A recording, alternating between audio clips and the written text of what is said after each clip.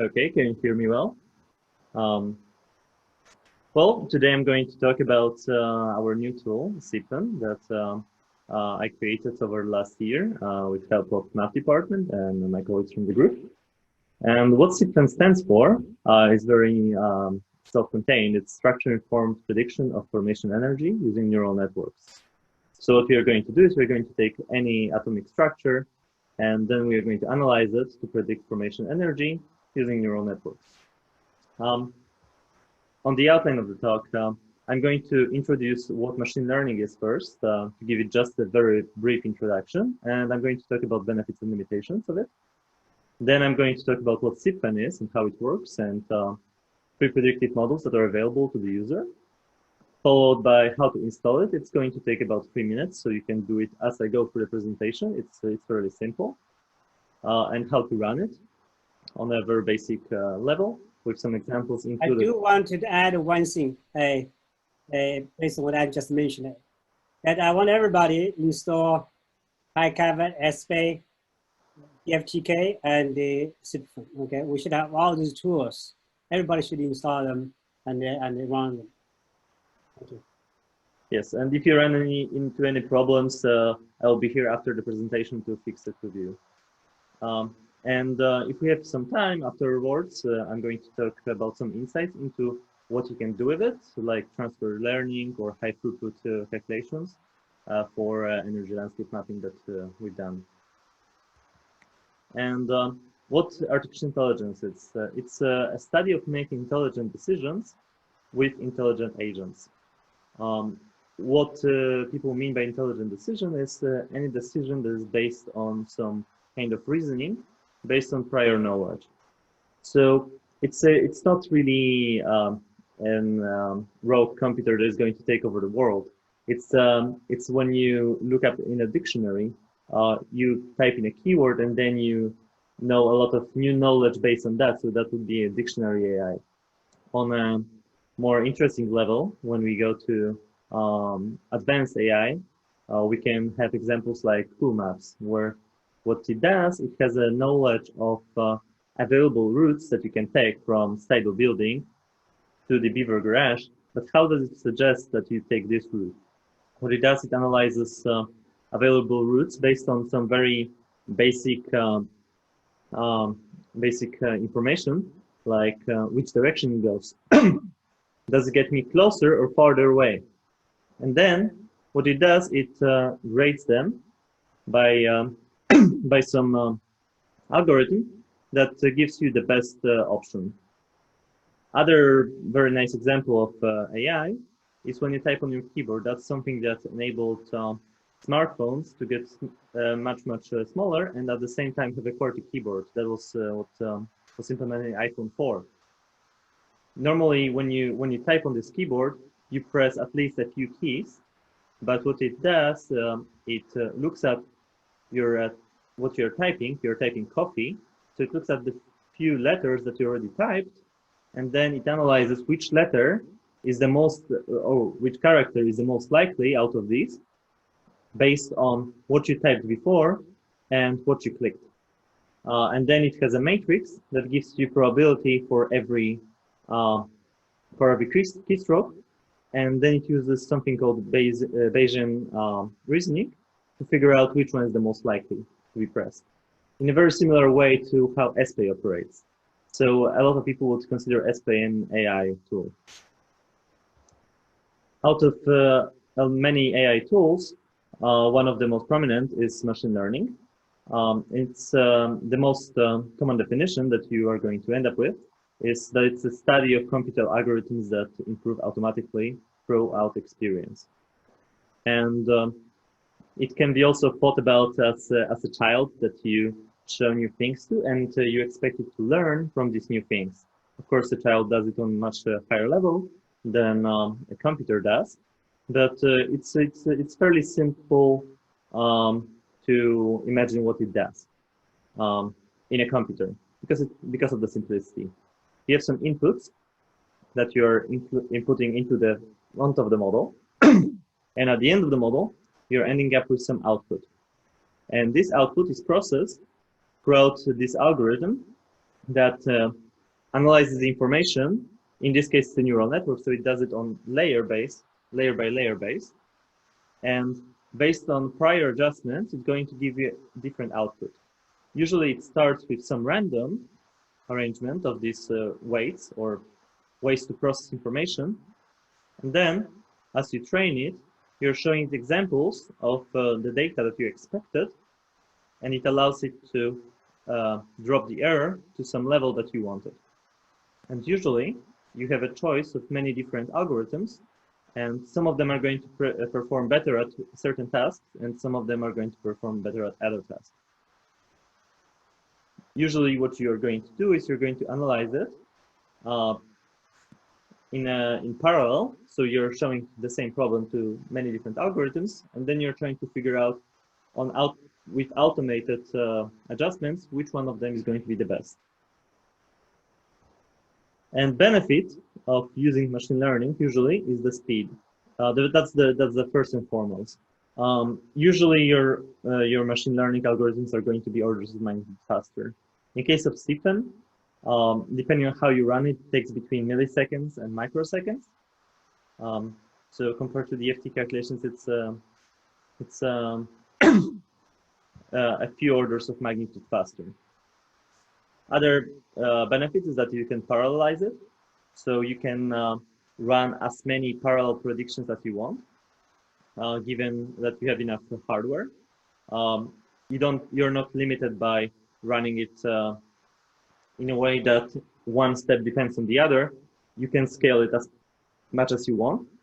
So if you want to analyze 10 billion structures, you can do it as fast as analyzing a single structure, as long as you have 10 billion times the capacity to do that. And it's very effortless. The deployment is very, very easy because when you deploy a neural network, you don't have to explain to people how to implement it as if you were with many other models. What you're doing is you're just, it's like a brick that you're plugging into something that's already existent. So with SIPFENN, for example, even if we design a new neural network for prediction of formation energy, what we're going to end up with is we're going to end up just including it with the software, so we can update the whole model just by changing the neural network that's downloaded for the user. And that's possible because a neural network is very simple in regard to what it does inside.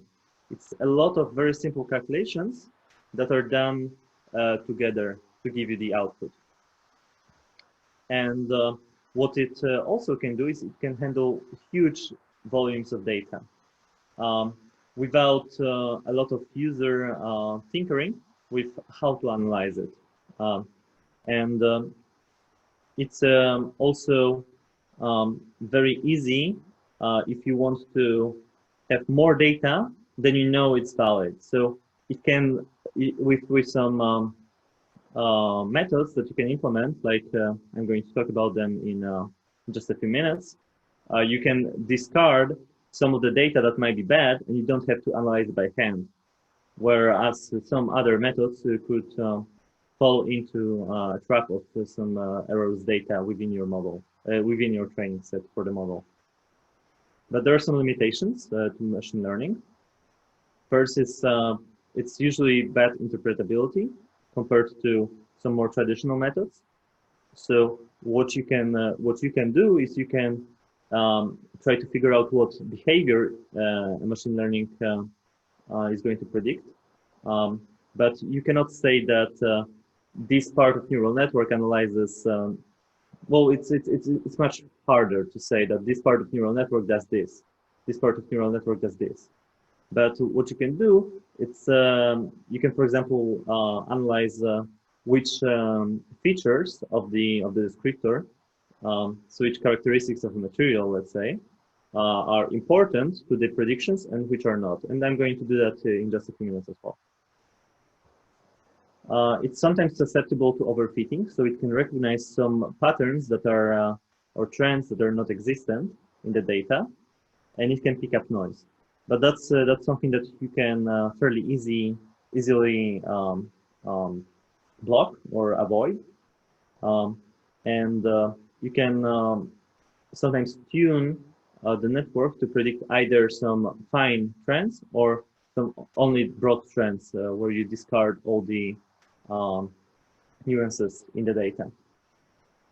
And another limit that's very closely related to the benefit I talked about is large data requirements. So you need a lot of data to make predictions compared to some more traditional models. Like, for example, if you know, if you expect you have some theory about how a material is going to behave when you do something, and then you do something, and you usually fit one or two parameters to fit your model. Here, you're having millions of parameters that you need to fit, and if you don't want to have really high overfitting or very bad interpretability, what you're going to end up with is you're going to require much more data in order to learn behavior without any prior information. There are some ways that you can include some prior information, but that's way more complicated. And transfer learning that I'm going to talk about is one of the ways to do that, if you like. On a fundamental level, when you talk about machine learning material science, what you do is you're having some data. In case of SIPFENN, it's an atomic structure like this one. Then you design some representation of this structure called descriptor. So this is a way to take positions of atoms in this case. And what atoms are here. So this chromium, nickel, iron. And how to represent this with numbers that a model can interpret. And then process. Followed by a machine learning algorithm. In this case, it's a neural network. This is just a schematic representation where you have some input neurons at the beginning. You have output neuron at the end that gives you a single scalar. This accepts 271 length vector that represents this material. And then as the information is passed through the network, you're going to have different weights associated with each neuron. So when information is passed to next neurons, it's going to be scaled by this weight. So if the weights are low, the information is going to be discarded. If they are high, it's going to be passed forward. And since these neurons are interconnected, they're going to try to correlate some of this information and recognize patterns in these 271 features that are inputted into the network. And finally, you can judge outcome and performance of your predictions based on some goals that you have. And sometimes they are very simple, like, for example, lowering the error. Sometimes they're going to be a bit more complicated when you try to do something, for example, create a more physical model, which we're going to see in just a moment. So this is a simple graphical abstract of how SIPFENN works. It accepts some structure file, which contains a structure. It can be in a CIF format, it can be a postcard format. It uses PyMagen to analyze pretty much any format that is used commonly in material science. So you don't need to convert your data. And it uses PyMagen to also identify stoichiometry, identify the space group, and convert it to postcard. You can also do some additional structure analysis, like there's plenty of things that you can do with it that are problem specific. So you don't, if you want to correlate, for example, formation energy with volume average volume per atom, for example, you can do it very easily by just augmenting SIPFENN to have PyMagen analyze that. Once you have all your files as a postcard that's required by the next step, you're going to perform structure descriptor generation, and that's what you were on the previous slide. This is this moment where you go from a structure into a string of numbers, into a set of numbers. that you store in a table, which is later used for making predictions. And these predictions are made using neural networks. I have a comment here. Thanks. This is a bit simplified view of what SIPFENN does, but it's how user the basic level on which users should understand what it does, so you can interact with it efficiently. And these neural networks are trained based on some databases. In this case, all 3 neural networks are trained based on the OQMD. But you can use, for example, Materials Project. You can use AFlow. We are working on that. And with these neural networks, you're making predictions of formation energy based on the descriptor that is based on the structure file. And you're ending up with the formation energy data set. So it's going to be a list of formation energies that are associated with the structure file.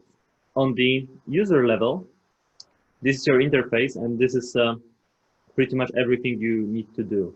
It's much more self-contained compared to some more traditional models.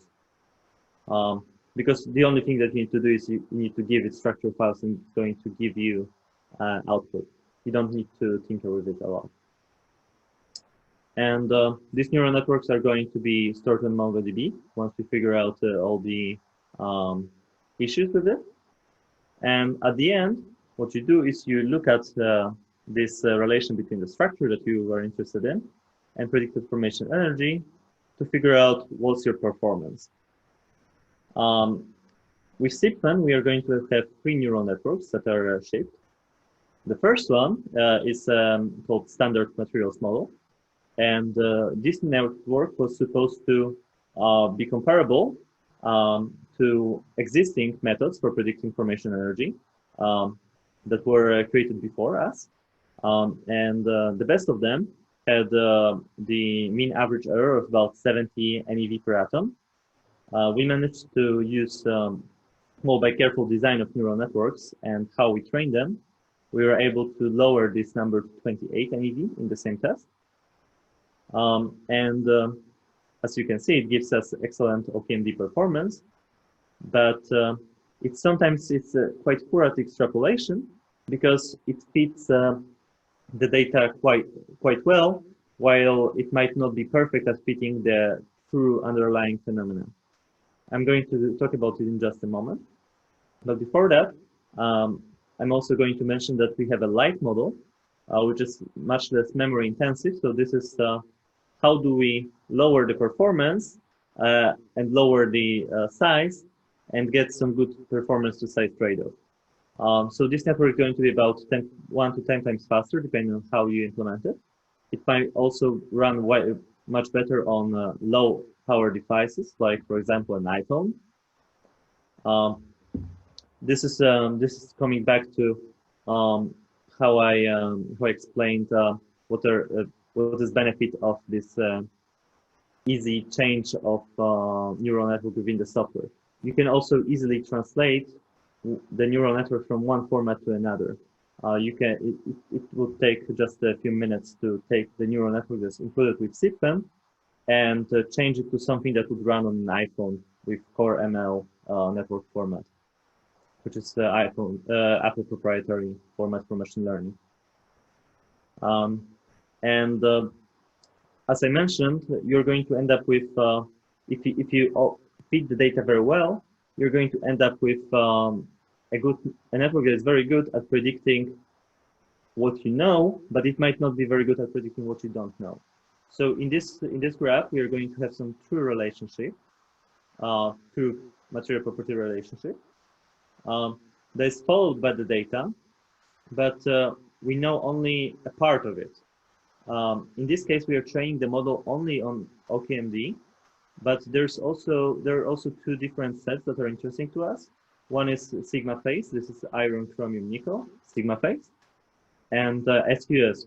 This is special quasi-random structure. So this is approximating a disordered phase with a lower number of atoms than for a true disordered phase, which would be computationally impossible usually. Have every configuration included. What's going to happen is if you are having a model and you're trying to predict something outside of what's known, it often picks up last remaining trends in the data, which might lead you to very poor extrapolation to unknown. So as you can see, this non-materials optimized model, it doesn't pick up noise, but at the same time, it's going to be quite bad at predicting values outside of what's known. While if we train a model that is more general, it discards all these nuances that you're having here, but it picks up that this is roughly the true relationship without any major fitting to the data. You're going to end up with a model that is much better at looking into what's not known, trying to roughly predict your new data. And this is the third model that we have, called novel materials model. And as you can see, it's not as good as the first one at OPMD. The mean average error is about 40. It's still much better than what was reported before, but it's much better at predicting physical behaviors.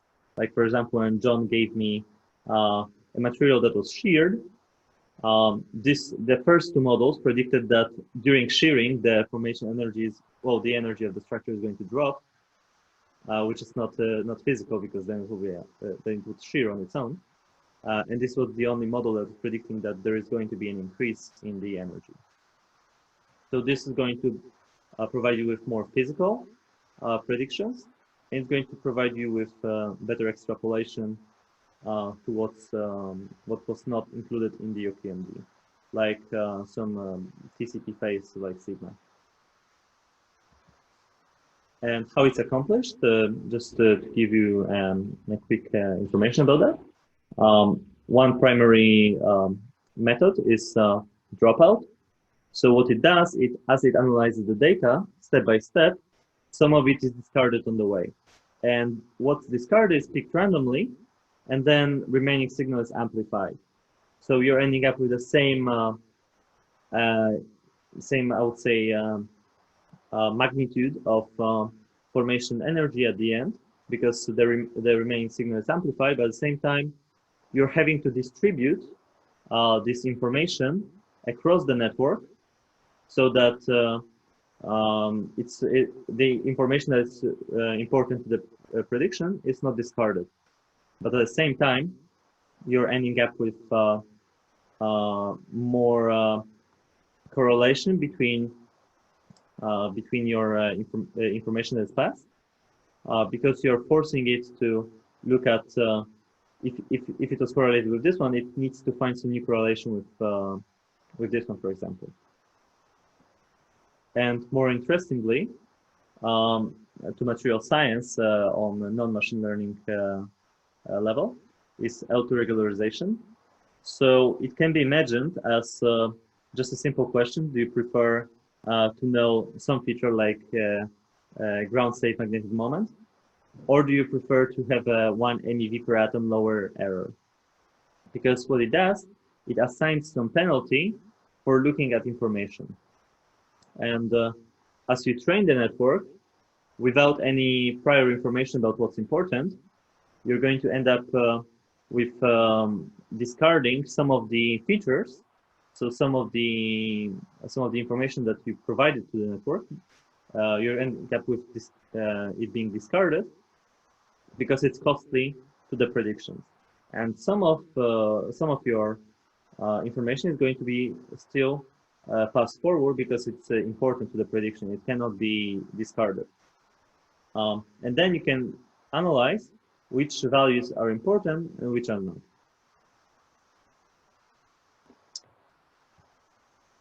And once you implement these two methods, this is a comparison between the first network I showed you, the new, OPMD optimized, so known material optimized, and the new material optimized. This is a validation to training errors. So the higher you go, the better you are at predicting what you've seen, but the worse you are at predicting what you have not seen. So when you show it some structure that the network didn't see before, it's going to be much worse if you're using the if you're showing the structure that the network has seen before. It's going to perform better if you're using this OKMD optimized network. But if you are predicting something that and the new material optimized network is going to be probably slightly worse. But when you show it something that the network did not see, this new material optimized network is going to be much better. Do you have any questions at this point? Because then I'm going to move on to how to download SIPFENN and how to run it. What are the data used here? In this case, yeah, this is OKMD. And maybe I should explain what validation and training is. So training data is what you pass through the model in order to adjust it to the data. So you're showing examples and you're asking it to perform better at these examples.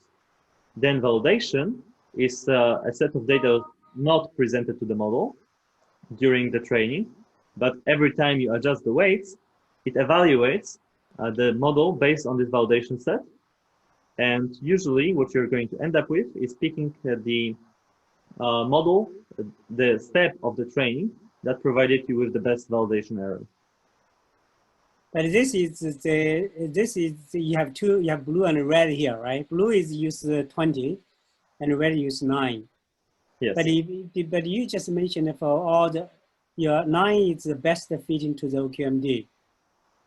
So why your training data will be wrong, will be worse than the 20, because it's all. So your network 9 was completely trained by the OQMD data, right? Both of them. Yes. So 9 is supposed to have better fitting to the OQMD.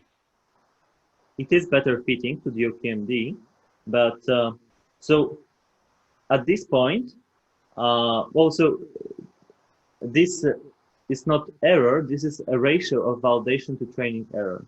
Oh, is the ratio there? Yes. So what okay, it's not absolute value. Is that this is a lower error than this one, but at the same time, this one is okay. Now I see it. So I saw you the error there, but it's this ratio of the errors. Yes. Okay. Good. Very good. So now we got to the download part. It is a very simple process. You just visit phaseslab.com/SIPFENN. And it's going to look roughly like that, depending on your machine. But there are going to be 2 available download links. The first one is download SIPFENN. This one is, I wouldn't recommend it for now if you're doing it during this presentation, because then you would have to download MACPy as well. And that's a bit tedious process that we are trying to avoid. And what you can do is you can download SIPFENN together with MACPy. And if you do that, it's going to be about 2 or 3 minutes to get it running. You want to unzip it, unzip this folder into some preferred folder where your software is going to reside. Just so that you can easily run it from there. And installation usually is going to be limited to going to your folder that you put SIPFENN in, and then making sure that you have all the requirements or dependency for SIPFENN, and that it's Python, so you just use pip install our requirements. This is a folder, this is a file, text file within SIPFENN that gives you all of the required libraries. If you're having trouble with that, what you can also do is you can use Anaconda, to create a contained environment in which you're going to have your SIPFENN. You create the environment using conda create. Then you can install pip in this environment. So conda install pip, My env is just a placeholder for the name of the environment that you would like to create. You activate this environment, then you install PyMapGen, and then you install all the other requirements from the text file. And at this point, you are pretty much ready to run SIPFENN, because all the neural networks can be downloaded through the graphical user interface. You don't need to do that by hand or include them anyhow on your own. And to run SIPFENN, you just type Python space sipfenn.py. If there's anybody out there right now who is trying to do that and have some trouble, I'm happy to help. Okay. So hopefully at this point you have SIPFENN installed and you can run it. I'm going to show you how to run it. If you're having trouble, so you have some conflict of the dependencies, or you want a clean install, then do this. But if you're just running a Python not in a very critical way, you can just use pip install, and it's going to give you all the requirements. Okay, so this is side by side graphical abstract of what SIPFENN does, and the interface that allows you to interact with all the elements here. First of all, this is your interface, so where you put structure files and get formation energy data sets out of that. First, you're going to choose the prediction node. Usually you want to run it with structure files when you're running something new, or you don't want to tinker with it a lot. You're going to just select a set of POSCAR or SIF files. But another way you can do predictions is you can skip this structure analysis and you can go straight to the descriptor table. It may be useful if you're running some very large data sets, like for example, 100,000 structures, or if you're running large structures, like with 1,000 atoms. You often might want to store this descriptor table and then run it directly from the descriptor table if you want to, for example, use 3 different networks and you want to compare the performance. This is going to save you about 99.9% of time because the structure analysis is taking milliseconds and the actual predictions are taking microseconds. So what you want to do is you want to select either a folder, so structure files path, or you want to select the CSV file with the descriptor table, followed by choice of network structure. So which neural network you would like to use. There are some alternatives. So it's going to give you a choice between novel materials network, light network, and null materials network, which we talked about just a few moments ago. It's also going to give you an option to download them. You need to do it only once. Once you download it, it's stored within the SIPFENN folder. And to download, just select which one you like here, and then click download. I'm going to show in just a moment how it should look like if everything works correctly.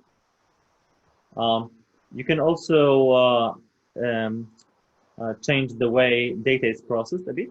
So if you are having a really large data set, you often would like to use GPUs to run it instead of your CPU because it's much more efficient at doing this kind of operations, and it can speed up the process quite substantially. And once you are set with everything else, you make predictions by pressing perform computation. So that assumes that you have the network. You selected the how to do predictions. You selected on what. You selected what structure you'd like to use. You had download the model before, and now you can predict formation energies. When you run it, what's going to happen is you're going to download the network on your command prompt or on your terminal, you're going to see download progress if you're interested in that. It usually takes somewhere between 15 seconds and a few minutes, depending on which network and which network you're downloading and your speed of your internet.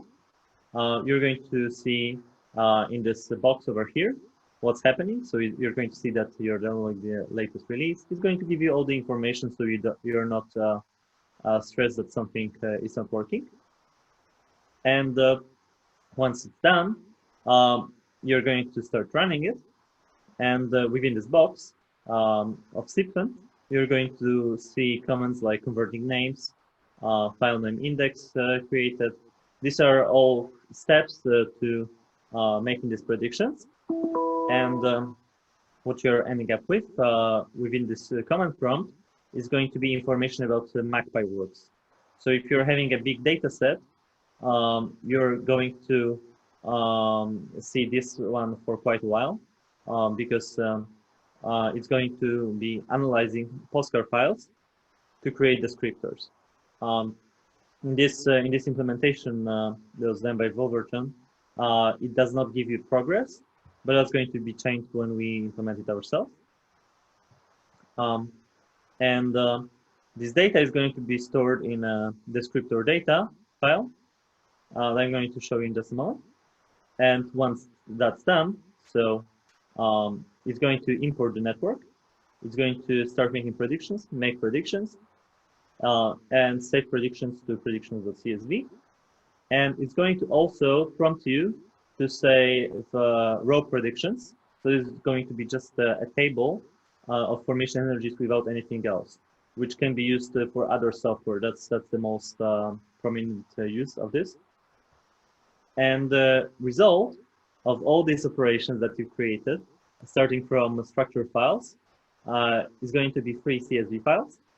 The first one, raw results, gives you just a string of numbers, well, an array of numbers that corresponds to formation energy of the first structure file, second structure file, third structure file, and so on, which is very useful if you want to use SIPFENN in some automated fashion. Like, for example, if you want to do molecular dynamics with it, so you create different positions for a certain atom, and you compare what's the energy difference between this configuration and this configuration. It's also going to give you, and this is going to be wherever you want to save it. While within the SIPFENN folder, you're going to end up with prediction.csv, which gives you file name and predicted formation energy. It's going to be exactly the same information as here, but presented in a form that is easier to interpret, where you have the corresponding file name as well. And it's going to give you this descriptor data.csv, which has the descriptor for every structure that you passed through the SIPFENN in the last prediction cycle. So if you'd like to store these two, you can just copy them from the SIPFENN folder and to use them for your research in any way you want. You can also later go back to the descriptor data to use different network to make different predictions. And with this, I would like to end the demo. If we have any questions at this point, if we have some time, I can move to more insights into SIPFENN and how you use it. If not, if you have any questions about how to run it or any issues with it, I'm happy to answer questions. Very, very good. It's excellent. And now I hope we see that that's a very important tool for us to use. I hope everybody install. As I mentioned, that we should have everybody install it and run a test for any systems you have. And I think I installed okay now. I just need to get this framework so you can choose graphic windows for my computer. I've got that set up yet.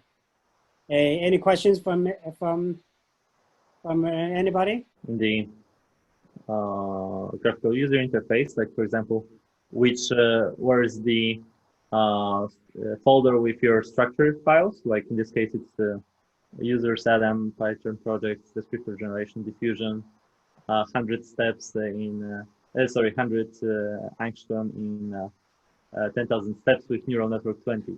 So this is some descriptive folder where I have my structure files, and then which network I would like to use. You can find the same within SIPFENN folder once you download the network. So this is neural network 20, which was novel materials network, and then you can run it. In this case, it's a bit more complicated, but in order to run it, the only thing that you need to do is you need to have some variable where you save the results and then run predict from postcar. So this is predicting from structure files, and command run what's your path to folders, which network you would like to use, whether you want to use GPU, and whether your structures are postcar already, then you can use 0. If you're using, for example, CIF files or another format like XYZ, you would like to have it converted into postcar. So CONV conversion set to 1. And, okay, very good. So let's go over other features you have, and then we can finish that. Well, I wouldn't call them features of SIPFENN. It's more of just use cases that are quite interesting of what you can do with it. One of the benefits of using a machine learning model is that they can be very easily adjusted to a specific problem that you're working with. So transfer learning is when you take a model that's trained in some big number of data, like for example OKMD in this case, and then you want to modify it based on some small data, like for example sigma phase in iron chromium nickel, where you have only 200. This one has 500,000 or 1 million if you combine it with materials project, while this one has only 240 data points. And what you do is you retrain it in a very specific way, different than you did before, because it's much slower, and you adjust the network just to fine-tune it. And as you add, this is the prediction of formation energy in sigma phase at the beginning. It's different axis than what I showed you before. That's why it spread so far. If you look at the previous axis where I showed performance of the network on OKMD, this would be pretty much just a single point on that graph. But in this case, we are zoomed in to that point, and just by adding 24 data points, which is 10% of end members in this phase, we are substantially improving the performance. Adding next 30% gives us really good performance, and having 100%, unlike with some traditional models where you assume that your data points are ground truth, that's not the case with neural networks. You're going to end up with still some error compared to your database, because this network does not fit to the data that you're presenting it right now, this small database. It still has information and knowledge from the 500,000 of DFT calculations, which is telling it that some of these data points are not where you're telling it they are. So we are fitting the model to your problem, but you're not creating a new model per se. And if you go back to the OKMD, despite the fact that you fitted it to this specific problem, it's going to still have very good performance on the broad array of materials from the OKMD. I got some email from Bo. So you did change. You did modify your network, right? So it would be network 20 prime kind of thing. Yes, it's still neural network 20, but the weights are adjusted. That's right. So the way you do transfer learning is to slow down the process, so you only fine-tune the data. If you do it at a normal learning rate, you're going to end up with some mess. If you do it too slow, it's going to take a long time. to adjust it. Usually you find some middle ground, like in this case I showed you, it was 10% of learning rate. So you adjust the weights only 1/10 of what you would normally. And it's going to provide you with quite reliable improvement over a shorter period of time. And as you adjust these parameters, you can look at the performance increase given how many times you presented the model with this new data. The more times, the more you present with new data, the more adjusted to this new data you are. So it's a trade-off whether you want to perform as good as you can on this new system, or do you want to still have some general knowledge, which can be useful if you would like to adjust the model to, for example, 2 systems or 3 systems. So you have iron, chromium, nickel, sigma phase, and then you have iron, chromium, niobium, sigma phase. You don't want to fit to iron, chromium, nickel very much, because if you want to still be able to fit to iron, chromium, niobium. And in this case, what we are looking at is the percent of data that was shared with the model during training. So this assumes that we have a certain limited scope of iron, chromium, nickel, sigma phase, but you can also look at how the performance improves, where you just show it with new DFT calculations by a certain number of new DFT calculations. And as you can see, if you plot it with a log scale for available DFT calculations, the improvement in the performance is, in this case, very linear. It's R square of 98.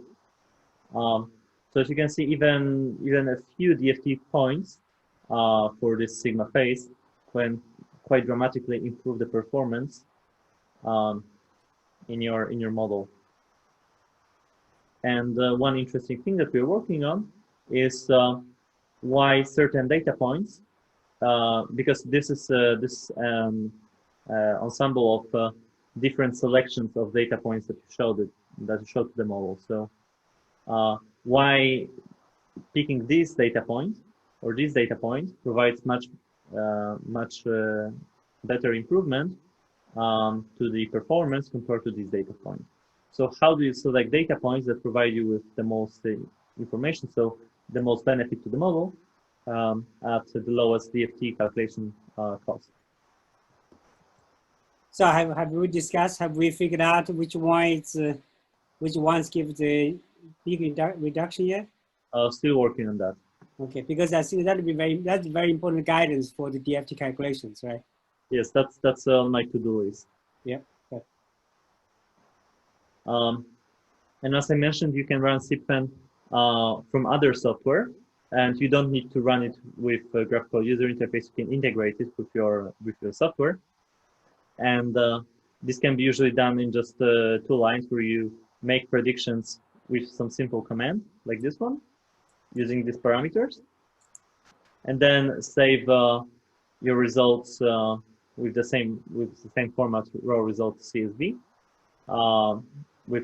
by saving the predictions that you just made. And this allows you to do something like exploring energy landscapes. So this is a bit abstract way of thinking about materials, where you define the energy of the material as a function of spatial positions of all atoms. And this representation is very good for, very useful in amorphous materials, because you just represent the energy in 3 times the number of atoms dimensions. And you can look at it in a very simplistic form, where you represent this as just a single axis. And there are some transitions between these energies. I'm not an expert in glasses, but I know that people who are working with glasses are very interested in doing such a thing. And what we've done here is we looked at the energy gradient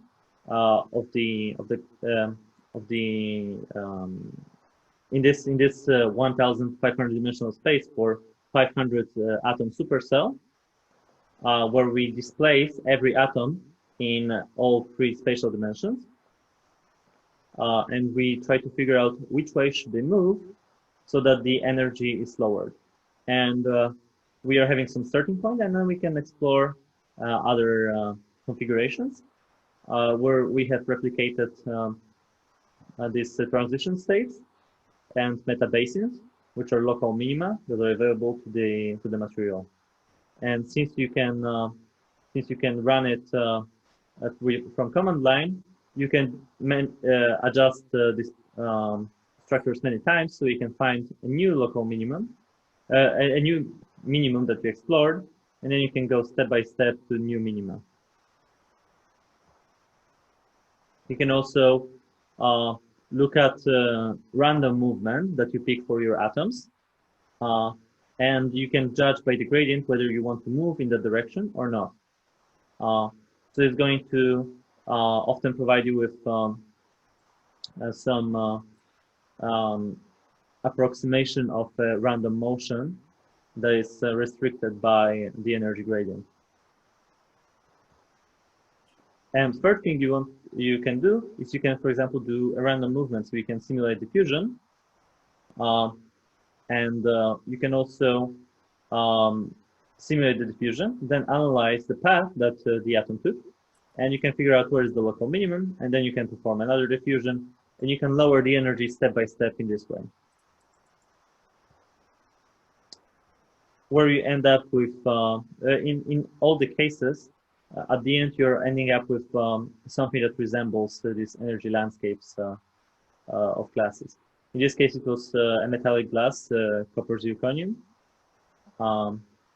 that was created with gold. So it was placed in 4,000 degrees Celsius simulation, and then it was quenched instantly. And then we use SIPFENN to allow it to relax. And thank you for your attention. That's everything I prepared for today. I'm happy to answer questions. Very, very good. Thank you. Thank you, Adam, for the excellent work and the excellent presentation too. Any questions from anybody?